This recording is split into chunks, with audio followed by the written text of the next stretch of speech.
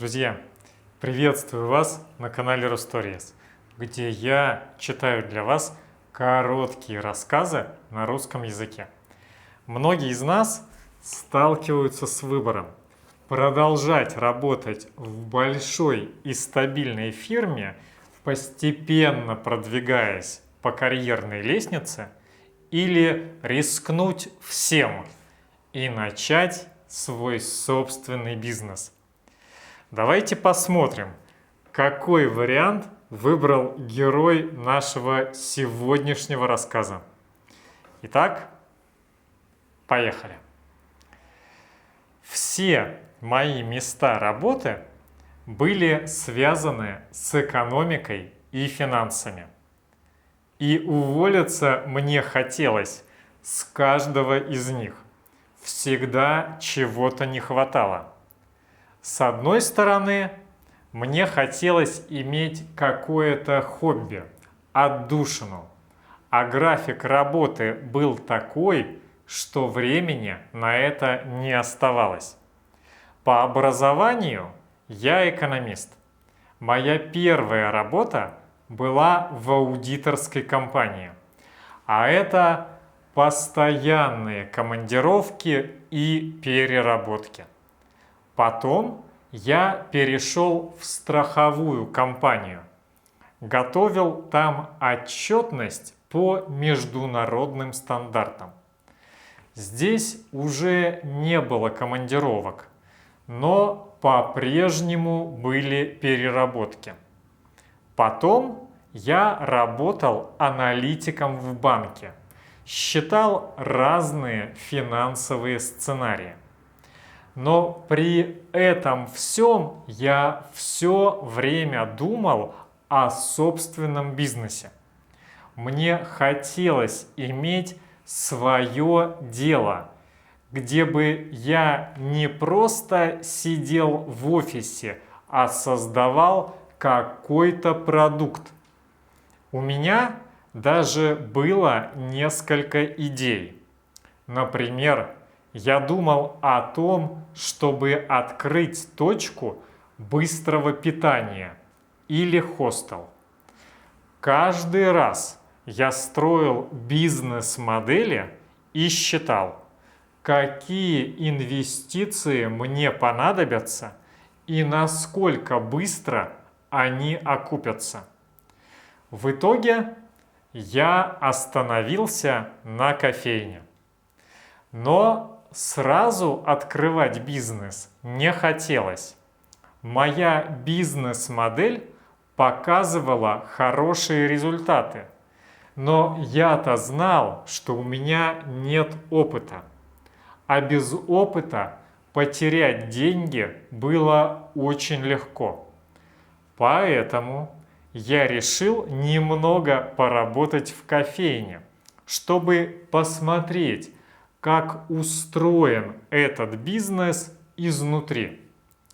И только после этого уже открыть собственную точку. На открытие своей кофейни у меня было около 1 миллиона рублей. В 2020 году этого бы хватило, чтобы купить мебель и оборудование, кофемашину, кофемолку, холодильники, сделать ремонт в помещении и оплатить 2 месяца аренды. Сразу зарабатывать огромные деньги на этом бизнесе я не планировал. По моим прогнозам, ежемесячная прибыль в первый год составляла бы 50-60 тысяч. На предыдущей работе я зарабатывал 100 тысяч рублей, то есть в 2 раза больше. Но моя прежняя работа мне порядком поднадоела. Я хотел изменить свою жизнь и сознательно на это шел. Для начала я стал изучать рынок труда. Первым делом я зашел в интернет и вбил вакансию бариста. К работе у меня было два требования. Удобный график работы без ранних утренних или поздних ночных смен. Не слишком долгое обучение.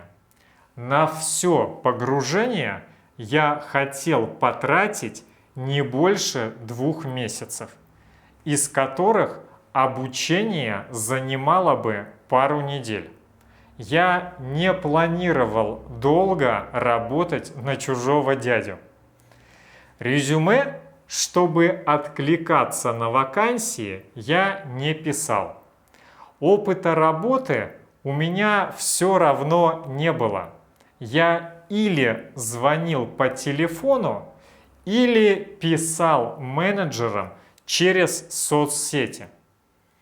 Очень скоро меня позвали на собеседование. Менеджер спросила, почему я хочу работать бариста и есть ли у меня опыт. Я честно ответил, что люблю чай, а не кофе. Раньше бариста не работал, но готов учиться. Я даже не нервничал. Если бы меня не взяли в эту кофейню, я бы нашел другую. Выходить на работу нужно было уже со следующей недели. Предполагалось, что я неделю буду стажироваться, потом сдам экзамен и дальше смогу сам варить кофе. Конечно, за неделю стать идеальным бариста нельзя, но научиться работать самостоятельно вполне можно. В основе всех кофейных напитков лежит эспрессо. Например, капучино или латте – это эспрессо и вспененное молоко, а американо – это эспрессо и горячая вода. Поэтому сначала каждый бариста учится делать идеальную порцию эспрессо. Пару следующих дней стажировки моя работа строилась так. В кофейню приходил гость. Я делал эспрессо для его напитка, а коллега вспенивал молоко, если требовалось, или добавлял в воду сироп или сливки. Параллельно я учился вспенивать молоко сам. Это несложно, но требует определенной ловкости. В оставшиеся дни стажировки, как только я научился вспенивать молоко, я начал готовить и напитки с ним. Например, капучино или латте. Кроме кофе, иногда я делал чай или какао. Также я начал работать с кассой и терминалом для оплаты. А еще принимать товар. Например, кофейные зерна и стаканчики.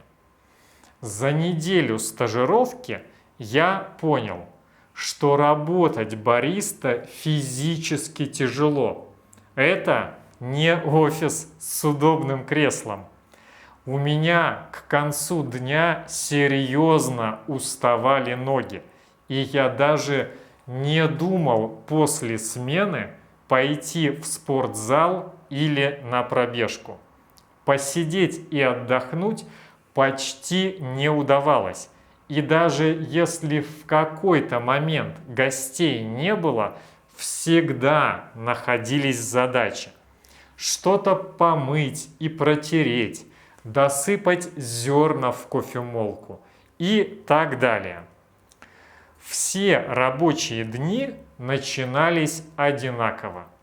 Я открывал точку, принимал приехавшие ночью запасы. Молоко, зерно, стаканчики, которые я заказывал до этого. Дальше приходили первые гости. В основном это были работники бизнес-центра, в котором располагалась кофейня, и близлежащих офисов. В течение дня я и сам мог бесплатно пить кофе. Но кофе я не люблю, и я себе готовил чай. К концу дня я мыл использованную посуду, кофемашину и пол, считал и сдавал дневную выручку. За работу бариста я получил около 40 тысяч рублей в месяц. Это было меньше моей зарплаты на предыдущей работе. Но я работал не ради денег, мне нужен был только опыт, и я не планировал долго задерживаться на этой работе. 1 месяца мне хватило, чтобы понять, как устроена работа маленькой кофейни изнутри. Например, я узнал, сколько расходуется зерна и молока и на какую среднюю дневную выручку можно рассчитывать. Я продолжал обдумывать бизнес-модель своей кофейни, искал оборудование, смотрел сайты по аренде коммерческой недвижимости. Делал я это на базе имеющихся у меня данных. Учитывал примерный расход зерна и молока, поток людей, нужное оборудование и расходные материалы. Но чем больше я считал, тем меньше мне нравилась идея связываться с кофейней. Иметь свое дело – это прекрасно, особенно если оно приносит не только прибыль, но и удовольствие. Но если бизнес не приносит денег, то это не бизнес, а убытки. Нужно уметь вовремя от него отказаться. И я отказался. Сейчас я опять работаю аналитиком. Смотрю в компьютер и жонглирую цифрами. У меня большое и удобное кресло. И я не люблю кофе. Друзья, а жаль, я так надеялся, что наш герой сможет составить конкуренцию Старбаксу. Друзья, в завершении нашего сегодняшнего урока я хотел спросить вас о том, какой вариант вам ближе. Стабильная работа на дядю или свое собственное дело? Но мой вопрос будет немного проще и веселее. Что больше любите вы? Чай или кофе? Давайте проведем голосование. Принимаются любые ответы. Короткие и развернутые. На любом языке. Свой вариант ответа я тоже оставлю в комментариях. А у меня на сегодня все. Спасибо, что смотрели этот выпуск. Огромной вам удачи и пока!